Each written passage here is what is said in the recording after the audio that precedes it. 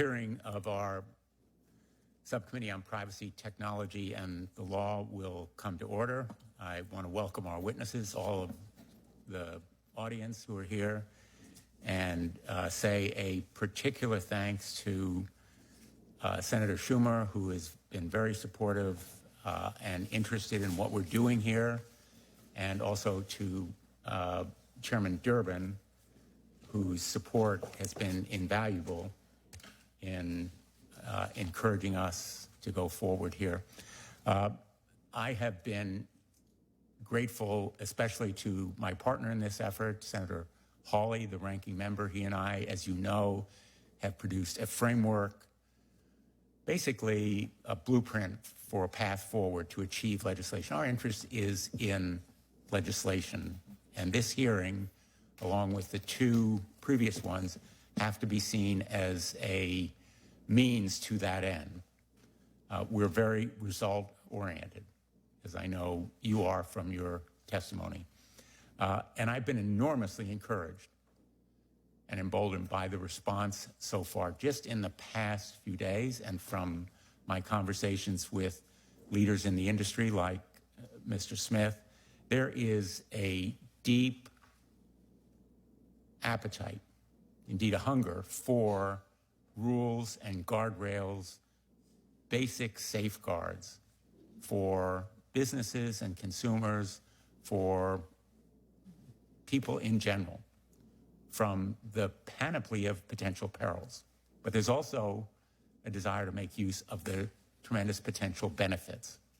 And our effort is to provide for regulation in the best sense of the word, regulation that permits and encourages innovation and new businesses and technology and entrepreneurship, but at the same time provides those guardrails, enforceable safeguards that can encourage trust and confidence in this growing technology. It's not a new technology entirely. It's been around for decades, but artificial intelligence is regarded as entering a new era. And make no mistake, there will be regulation. The only question is how soon and what. And it should be regulation that encourages the best in American free enterprise, but at the same time provides the kind of protections that we do in other areas of our economic activity. To my colleagues who say there's no need for new rules, we have enough laws protecting the public. Yes, we have laws that prohibit unfair and deceptive competition.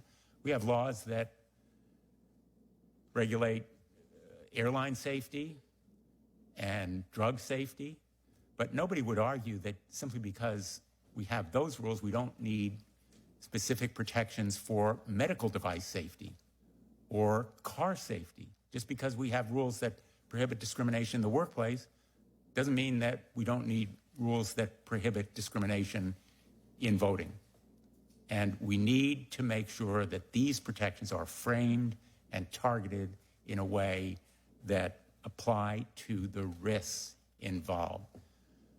Risk-based rules, managing the risks, is what we need to do here. So our principles are pretty straightforward, I think. We have no pride of authorship. We have circulated this framework to encourage comment. We won't be offended by criticism from any quarter. That's the way we can make this framework better and eventually achieve legislation, we hope, I hope at least, by the end of this year.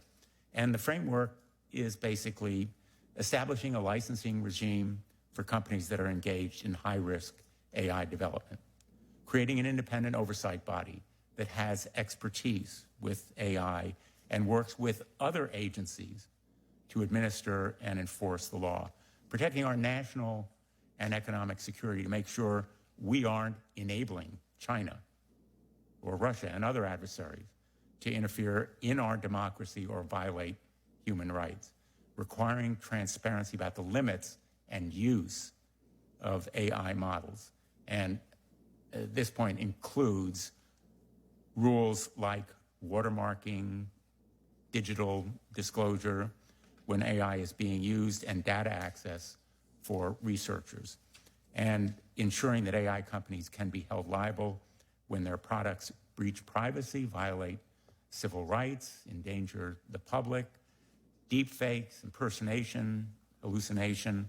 We've all heard those terms. We need to prevent those harms. And Senator Hawley and I, as former attorneys general of our states, have a deep and abiding affection for the potential enforcement powers of those officials, state officials, but the point is there must be effective enforcement. Private rights of action as well as federal enforcement are very, very important. So let me just close by saying, before I turn it over to my colleague, we're going to have more hearings. The way to build a coalition in support of these measures is to disseminate as widely as possible the information that's needed for our colleagues to understand what's at stake here. We need to listen to the kinds of industry leaders and experts that we have before us today, and we need to act with dispatch, more than just deliberate speed. We need to learn from our experience with social media that if we let this horse get out of the barn, it will be even more difficult to contain than social media, and we are seeking to act on social media, the harms that it portends right now as we speak. We're literally at the cusp of a new era. I asked Sam Altman when he sat where you are what his greatest fear was. I said my nightmare is the massive unemployment that could be created. That is an issue that we don't deal with directly here, but it shows how wide the ramifications may be, and we do need to deal with potential worker displacement and training. This new era is one that portends enormous promise, but also perils. We need to deal with both. I'll turn now to Ranking Member Senator Hawley. Thank you, Mr. Chairman. Thank you for organizing this hearing. This is now, as the chairman said, the third of these hearings that we've done. I've learned a lot in the previous couple. I think some of what we're learning about the potentials of AI is exhilarating. Some of it is horrifying.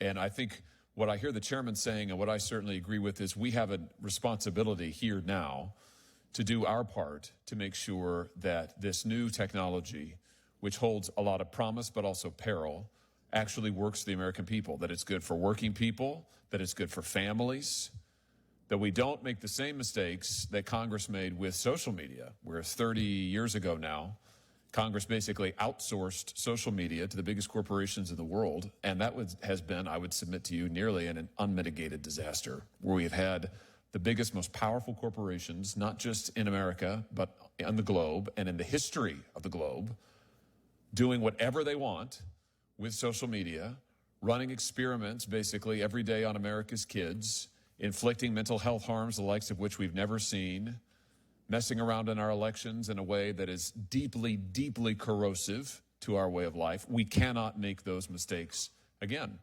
So we are here, as Senator Blumenthal said, to try to find answers and to try to make sure that this technology is something that actually benefits the people of this country. I have no doubt, with all due respect to the corporatists who are in front of us, those heads of these corporations, I have no doubt it's going to benefit your companies. What I want to make sure is that it actually benefits the American people. And I think that's the task that we're engaged in. I look forward to this today. Thank you, Mr. Chairman. Thank you. I want to introduce our witnesses, and then, as is our custom, I will swear them in and ask them to submit their testimony. Welcome to all of you. William Dally is NVIDIA's chief scientist. He joined NVIDIA in January 2009 as chief scientist after spending 12 years at Stanford University, where he was chairman of the computer science department. He has published over 250 papers. He holds 120 issued patents, and he's the author of 4 textbooks. Brad Smith is vice chair and president of Microsoft. As Microsoft's vice chair and president, he is responsible for spearheading the company's work and representing it publicly in a wide variety of critical issues involving the intersection of technology and society, including artificial intelligence, cybersecurity, privacy, environmental sustainability, human rights, digital safety, immigration, philanthropy, and products and business for nonprofit customers. And we appreciate your being here. Professor Hartzog, Woodrow Hartzog, is professor of law and class of 1960 scholar at Boston University School of Law. He's also a non-resident fellow at the Cordell Institute of Policy and Medicine and Law at Washington University, a faculty associate at the Berkman Klein Center for Internet and Society at Harvard University, and an affiliate scholar at the Center for Internet and Society at Stanford Law School. I could go on about each of you at much greater length with all your credentials, but suffice it to say, very impressive. And if you now stand, I'll administer the oath. Do you solemnly swear that the testimony you're about to give is the truth, the whole truth, and nothing but the truth? So help you God. Thank you.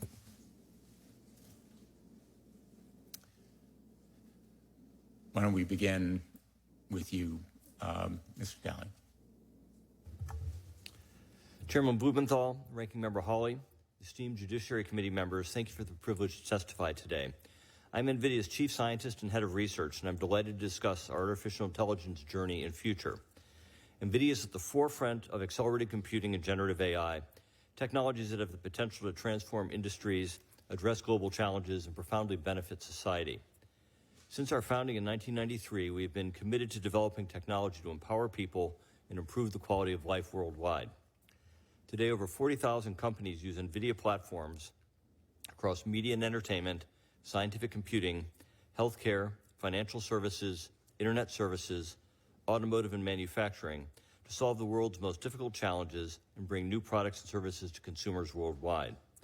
At our founding in 1993, we were a 3D graphics startup, one of dozens of startups competing to create an entirely new market for accelerators to enhance computer graphics for games. In 1999, we invented the Graphics Processing Unit, or GPU, which can perform a massive number of calculations in parallel. When we launched the GPU for high-end gaming, we recognized that GPUs could theoretically accelerate any application that could benefit from massively parallel processing. And this bet paid off. Today, researchers worldwide innovate on NVIDIA GPUs. Through our collective efforts, we have made advances in AI that will revolutionize and provide tremendous benefits to society across sectors such as healthcare, medical research, education, business, cybersecurity, climate, and beyond. However, we also recognize that like any new product or service, AI products and services have risks, and those who make and use or sell AI-enabled products and services are responsible for their conduct. Fortunately, many uses of AI applications are subject to existing laws and regulations that govern the sectors in which they operate. AI-enabled services in high-risk sectors could be subject to enhanced licensing and certification requirements when necessary, while other applications with less risk of harm may need less stringent licensing and/or regulation. With clear, stable, and thoughtful regulation, AI developers will work to benefit society while making products and services as safe as possible. For our part, NVIDIA is committed to the safe and trustworthy development and deployment of AI. For example, NeMo Guardrails, our open-source software, empowers developers to guide generative AI applications to produce accurate, appropriate, and secure text responses. NVIDIA has implemented model risk management guidance, ensuring a comprehensive assessment and management of risks associated with NVIDIA-developed models. Today, NVIDIA announced it is endorsing the White House's voluntary commitments on AI. As we deploy deploy AI more broadly, we can and will continue to identify and address risks. No discussion of AI would be complete without addressing what is often described as frontier AI models. Some have expressed fear that frontier models will evolve into uncontrollable artificial general intelligence, which could escape our control and cause harm. Fortunately, uncontrollable artificial general intelligence is science fiction, not reality. At its core, AI is a software program that is limited by its training, the inputs provided to it, and the nature of its output. In other words, humans will always decide how much decision-making power to cede to AI models. So long as we are thoughtful and measured, we can ensure safe, trustworthy, and ethical deployment of AI systems without suppressing innovation. We can spur innovation by ensuring that AI tools are widely available to everyone, not concentrated in the hands of a few powerful firms. I will close with two observations. First, the AI genie is already out of the bottle. AI algorithms are widely published and available to all. AI software can be transmitted anywhere in the world at the press of a button, and many AI development tools, frameworks, and foundational models are open sourced. Second, no nation, and certainly no company, controls a choke point to AI development. Leading U.S. computing platforms are competing with companies from around the world, while U.S. companies may currently be the most energy efficient, cost efficient, and easiest to use, they are not the only viable alternatives for developers abroad. Other nations are developing AI systems with or without U.S. components, and they will offer those applications in the worldwide market. Safe and trustworthy AI will require multilateral and multi-stakeholder cooperation, or it will not be effective. The United States is in a remarkable position today, and with your help, we can continue to lead on policy and innovation well into the future. NVIDIA stands ready to work with you to ensure that the development and deployment of generative AI and accelerated computing serve the best interests of all. Thank you for your opportunity to testify before this committee. Thank you very much. Mr. Smith? Chairman Blumenthal, Ranking Member Hawley, members of the subcommittee. My name is Brad Smith. I'm the Vice Chair and President of Microsoft, and thank you for the opportunity to be here today. And I think more importantly, thank you for the work that you have done to create the framework you've shared. Chairman Blumenthal, I think you put it very well. First, we need to learn and act with dispatch. And Ranking Member Hawley, I think you offered real words of wisdom. Let's learn from the experience the whole world had with social media, and let's be clear-eyed about the promise and the peril in equal measure as we look to the future of AI. I would first say I think your framework does that. It doesn't attempt to answer every question by design, but it's a very strong and positive step in the right direction and puts the U.S. government on the path to be a global leader in ensuring a balanced approach that will enable innovation to go forward with the right legal guardrails in place. As we all think about this more, I think it's worth keeping three goals in mind. First, let's prioritize safety and security, which your framework does. Let's require licenses for advanced AI models and uses in high-risk scenarios. Let's have an agency that is independent and can exercise real and effective oversight over this category. And then let's couple that with the right kinds of controls that will ensure safety of the sort that we've already seen, I think, start to emerge in the White House commitments that were launched on July 21st. Second, let's prioritize, as you do, the protection of our citizens and consumers. Let's prioritize national security, always, in a sense, in some ways, the first priority of the federal government. But let's think as well, as you have, about protecting the privacy, the civil rights, and the needs of kids, among many other ways of working and ensure we get this right. Let's take the approach that you are recommending, namely focus not only on those companies that develop AI, like Microsoft, as well as companies that deploy AI, like Microsoft. In different categories, we're going to need different levels of obligations. And as we go forward, let's think about the connection between, say, the role of a central agency that will be on point for certain things, as well as the obligations that, frankly, will be part of the work of many agencies, and indeed our courts as well. And let's do one other thing as well. Maybe it's one of the most important things we need to do so that we ensure that the threats that many people worry about remain part of science fiction and don't become a new reality. Let's keep AI under the control of people. It needs to be safe. And to do that, as we've encouraged, there need to be safety brakes, especially for any AI application or system that controls critical infrastructure. If a company wants to use AI to, say, control the electrical grid or all of the self-driving cars on our roads or the water supply, we need to learn from so many other technologies that do great things but also can go wrong. We need a safety brake, just like we have a circuit breaker in every building and home in this country to stop the flow of electricity if that's needed. Then I would say let's keep one third goal in mind as well. This is the one where I would suggest you maybe consider doing a bit more to add to the framework. Let's remember the promise that this offers. Right now, if you go to state capitals, you go to other countries, I think there's a lot of energy being put on that.